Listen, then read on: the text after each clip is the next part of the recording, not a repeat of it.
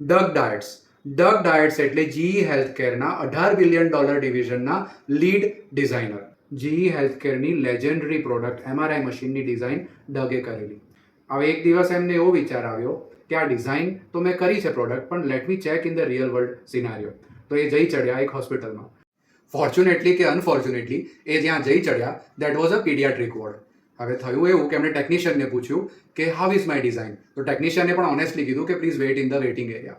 Waiting એરિયામાં જેમ સિદ્ધાર્થ ગૌતમને 4 દ્રશ્યો જોઈને મહાભિનિષ્ક્રમણની પરિસ્થિતિ સર્જાઈ હતી, એવી જ રીતે ડગ ડાયટ્સ માટે પણ આવી જ પરિસ્થિતિ સર્જાઈ. ત્યાં એક દુબળી પાતળી છોકરી એની મમ્મીને ભીની આંખે રિક્વેસ્ટ કરતી હતી કે મમ્મી મારે આ મશીનમાં નથી જવું. અને મમ્મી પણ જાણે એને સામે રિક્વેસ્ટ કરતી હતી કે બેટા તું તો બહાદુર બેટો છે ને. આ સાંભળીને પેલી છોકરીએ અચાનક પોક મૂકી. એની પોક સાંભળીને પીડિયાટ્રિક વોર્ડમાં આખો માહોલ ગમગીન થઈ ગયો. બીજા બધા છોકરાઓ જે બેઠા હતા એ પણ રડવા લાગ્યા. આ જોઈને ડગ ડાયટ્સ માટે આખી પરિસ્થિતિ જ બદલાઈ ગઈ. એણે પેલી ટેકનિશિયનને પૂછ્યું કે હવે શું થશે? તો એણે કીધું કંઈ નહીં, નાવ વી વિલ કોલ એનેસ્થેસિયોલોજિસ્ટ અને એ આવીને એને બેભાન કરશે અને પછી એને અંદર લઈ જઈશું. એણે કીધું કે આવું કેટલા કિસ્સાઓમાં થાય છે? The answer was shocking. 80% કેસીસમાં નાના બાળકોને પીડિયાટ્રિક વોર્ડની અંદર એમઆરઆઈ મશીન માટે એનેસ્થેસિયા આપવો પડતો હતો. મિત્રો, આ સાંભળીને ડગને થયું કે મારી ડિઝાઇન શું કામની. અચાનક જ જે એના માટે પ્રાઇડ હતી એ એના માટે સ્કેરી રાઇડ બની ગઈ.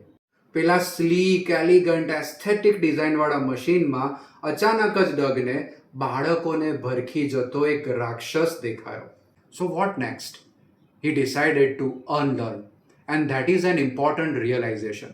He took up a small course in Stanford Design School and he realized one thing, that especially in medical, human-centric design is something which is very, very important for products and innovation. એણે આ આખા MRI scanning પ્રોસેસને એક experience બનાવવાનું વિચાર્યું which the kids can actually enjoy rather than being scared about. એણે જે prototype બનાવ્યું એનું નામ આપ્યું adventure series. He literally transformed the trauma into adventure. He just made things easy for the kids, for the parents and even for the hospital staff. And the results were just phenomenal.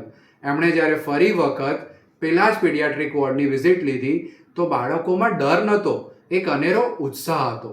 એટલામાં જ એક નાનકડું બાળક બહાર આવીને એની મમ્મીને એણે કીધું, મમ્મી મારે પેલી સ્પેસશિપની રાઇડ ફરી વખત લેવી છે. And Doug got his award. So when you are designing something, the sweet intersection of 3 things is very important. Something that is desirable, viable and feasible. Go design it.